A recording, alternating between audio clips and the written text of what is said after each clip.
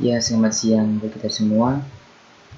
Ya, di sini saya akan menjelaskan eh, yaitu menelusuri pemikiran-pemikiran modern tentang manusia berdasarkan materi yaitu arti manusia dalam agama Kristen. Terlebih dahulu saya memperkenalkan diri saya. Saya bernama Bagus Pribadi Sitorus dengan NIM 19111314143. Yang pertama itu manusia itu sebagai komunis. Di dalam manusia sebagai komunis ini ada 3 ciri antropologi Marxis. Yang pertama itu ada manusia sebagai suatu produk alami atau disebut juga natural. Karena tidak akan ada Tuhan. Ditolak juga pendapat bahwa manusia adalah ciptaan yang khusus. Dan yang kedua itu sifatnya ciri antropologinya yaitu manusia sebagai ciptaannya sendiri yang bekerja. Dan yang ketiga itu ada manusia sebagai unit yang teralienisasi. Demikianlah penjelasan dari saya dan akan dilanjutkan penjelasan selanjutnya oleh rekan-rekan saya. Terima kasih. Nama saya Adrian Michael Duha, semester 4 dari SCC Pagi. Saya akan menjelaskan tentang pandangan Kristen tentang hakikat manusia. 1. Manusia adalah makhluk ciptaan Allah. Manusia terbagi menjadi 4, yaitu manusia adalah imago Dei, yaitu ciptaan segambar dan serupa dengan Allah. 2. Manusia adalah sosial, yaitu manusia yang tidak dapat hidup sendiri. 3. Manusia adalah rasional atau berbudaya, yaitu yang berkemampuan menciptakan kebaikan, kebenaran, keadilan, dan bertanggung jawab. 4. Manusia adalah etis, yaitu manusia yang mempunyai kesadaran etis untuk membedakan mana yang baik dan dari yang buruk, yang benar dari yang salah, dan yang bertanggung jawab dari yang sebaliknya. Alkitab menggambarkan hubungan manusia dengan Allah penciptanya sebagai tanah liat di tangan penjunan. Allah berhak dan berdaulat untuk tujuan apa benda-benda atau peralat tanah liat yang dibuatnya. Demikian manusia di tangan Allah pencipta, tujuan hidup ditentukan oleh Khalidnya. Sekian dari saya, akan dilanjutkan oleh teman saya. Ya, selamat siang bagi kita semua. Di sini saya akan melanjutkan penjelasan untuk di slide kelima, yaitu manusia diciptakan menurut segambar dengan Allah atau imago Dei. Di sini nama saya Yohan dan NIM saya 1911114 kali dan juga 681. Di sini saya akan menjelaskan, yaitu manusia diciptakan menurut segambar dengan Allah atau imago Dei, yaitu potensi atau kemampuan manusia untuk berhubungan atau merespon Allah. Dan dalam arti ini, manusia adalah makhluk yang religius. Pengimplikasiannya yaitu bagi tanggung jawab manusia adalah bahwa manusia selalu mengandalkan relasinya dengan Allah atau yang dianggap Allah. Fenomena agama bisa mengalami kemerosotan, namun kesadaran religius manusia dalam arti kesadaran akan adanya suatu kodrat ilahi di atas manusia yang penuh dengan misteri, yang tidak dapat secara tuntas diselidiki dan dipahami oleh manusia. Ya, sekian dari penjelasan saya. Penjelasan selanjutnya akan dilanjutkan oleh teman saya. Sekian dan terima kasih. Salam teman-teman, saya Bonapa Sogit dengan NIM 191113623 dari SCA Pagi. Di sini saya akan menjelaskan manusia sebagai makhluk sosial, di mana pengertian umumnya kita tahu bahwa manusia merupakan makhluk sosial yang berinteraksi dengan sesama. Manusia sebagai makhluk sosial tidak dapat hidup dengan sendiri, tetapi sangat membutuhkan peran orang lain. Dan begitu juga dengan pandangan agama Kristen menurut manusia sebagai makhluk sosial, yaitu manusia yang harus saling membutuhkan, saling melengkapi, dan saling memberi arti bagi kehidupan sesamanya. Di sini di slide ini kita lihat bahwa Allah menciptakan penolong yang sepadan, di mana tertulis di kitab Kejadian 2 ayat 18, Tuhan Allah berfirman, "Tidak baik kalau manusia itu seorang diri saja. Aku akan menjadikan penolong baginya yang sepadan dengan dia." Jadi di awal penciptaan pun Allah sudah memberikan kita hakikat sebagai manusia makhluk sosial gitu. Karena Tuhan menciptakan si Hawa untuk penolong si Adam.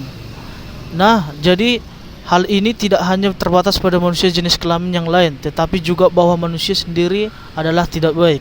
Allah menghendaki manusia hidup dengan sesamanya. Orientasi kepada sesama manusia juga turut berperan dalam berbagai tindakan religius dan pertimbangan serta pengambilan keputusan etis. Itulah sebabnya orang tidak bisa beragama sendiri. Agama selalu merupakan fenomena sosial, walaupun hubungan seseorang dengan Tuhan atau dianggap Tuhan sangat bersifat pribadi. Jadi seperti itulah kiranya penjelasan saya sebagai manusia, sebagai makhluk sosial. Terima kasih. Shalom. Shalom buat kita semua. Di video ini saya akan melanjutkan penjelasan mengenai manusia menurut ajaran Kristen. Tapi sebelumnya saya ingin memperkenalkan diri terlebih dahulu. Saya Yohana Batee dengan NIM 191126661. Topik yang saya terima adalah manusia sebagai makhluk rasional dan berbudaya. Seperti penjelasan pada layar, tapi di sini saya ingin menjelaskan bagaimana menjadi makhluk rasional dan berbudaya. Makhluk rasional adalah makhluk yang mengutamakan akal sehat. Contohnya, makhluk rasional ini jika ingin melakukan sesuatu, mereka terlebih dahulu merencanakan sebelum melakukannya. Dan juga manusia yang memiliki pola pikir rasional ini, mereka tidak hanya merencanakan sesuatu, tapi mereka melakukan apa yang sudah mereka rencanakan. Pentingnya punya pola pikir rasional yaitu bisa mendapatkan solusi terbaik di setiap situasi. Jadi, apa itu makhluk berbudaya? Yaitu manusia yang memiliki atau yang dapat menghasilkan ide. Kata budaya dan berbudaya ini punya istilah satu makna, cuman berbeda dia, yaitu budaya, pikiran, akal dan budi. Sedangkan berbudaya mempunyai pikiran dan mempunyai akal dan budi. Jadi di situ kenapa Tuhan meminta atau memandatari taskan kita seperti yang kita sering dengar mandat, yaitu perintah agar kita memelihara dan memerintah alam semesta ini dengan cara memiliki pola pikir makhluk rasional dan berbudaya. Jadi sekian penjelasan dari saya dan akan dilanjutkan oleh teman saya. Shalom dan terima kasih. Shalom semua, perkenalkan nama saya Teddy Ismanto Julu. Jadi pada slide ini saya akan membahas manusia sebagai makhluk etis. Manusia diciptakan serupa dengan Allah sebagai makhluk etis, yang berarti manusia memiliki kesadaran etis, yang dimana kesadaran tersebut bisa membedakan yang baik atau buruk, yang benar atau salah, yang bertanggung jawab atau sebaliknya tidak bertanggung jawab. Manusia juga dilengkapi dengan kebebasan untuk memilih dari alternatif etis, yaitu yang baik atau buruk, yang salah atau benar, dan yang bertanggung jawab atau tidak bertanggung jawab. Manusia memiliki kebebasan secara etis, dan manusia juga dituntut untuk pertanggungjawaban yang telah dipilih oleh manusia tersebut. Sekian dari pembahasan pada slide dengan topik manusia sebagai makhluk etis, dan selanjutnya akan dibahas dengan teman saya topik paradoks dalam kehidupan manusia dan masyarakat. Sekian dari saya, Dendro. Terima kasih. Selamat siang semua teman-teman. Pada hari ini saya akan membahas tentang manusia menurut ajaran orang Kristen. yang mengenai pembelajarannya yaitu menelusuri pemikiran-pemikiran modern tentang manusia. Nah, kita akan membaca tentang paradoks dalam kehidupan manusia dan masyarakat. Sebelum itu, izinkan saya untuk memperkenalkan diri. Nama saya Paulus Trijaya Siparmata. Nomor mahasiswa saya 19111241. Ya, kita lanjut. Seperti yang kita ketahui, paradoks memiliki arti satu sisi penciptaan manusia sebagai makhluk religius, sosial, rasional yang berbudaya serta etis menunjukkan sisi keagungan manusia dibandingkan dengan ciptaan-ciptaan Tuhan yang lain. Paradoks ini sering terjadi karena manusia telah jatuh ke dalam dosa. Karena hakikat manusia sebagai makhluk sosial, dosa tidak dapat dibatasi hanya sebagai dosa pribadi atau individu, tetapi harus dipahami sebagai dosa sosial. Jadi mungkin itu aja penjelasan dari saya tentang paradoks dalam kehidupan manusia dan masyarakat. Nanti untuk selanjutnya rekan-rekan saya yang akan melanjutkan. Terima kasih, selamat siang. Shalom. Selamat pagi semuanya. Saya Simpson Mahendra Manung dengan NIM 1911113453 ingin menjelaskan tentang memperbaharui hubungan dengan Allah, sesama dan alam ciptaan. Orang Kristen terpanggil untuk menolak berbagai ketidakadilan dalam tatanan sosial. Tatanan sosial yang dimaksud di sini itu adalah tatanan sosial ekonomi dan politik, dan memperjuangkan adanya keadilan di dalamnya sehingga ada perdamaian. Oke, mungkin itu saja yang bisa saya jelaskan. Selanjutnya akan dilanjutkan tentang penjelasan dari teman saya. Sekian dan terima kasih. Yang terakhir, pandangan teologi kontemporer tentang manusia dan masa depannya. Saya Arifin Nainggolan, NIM 191111231.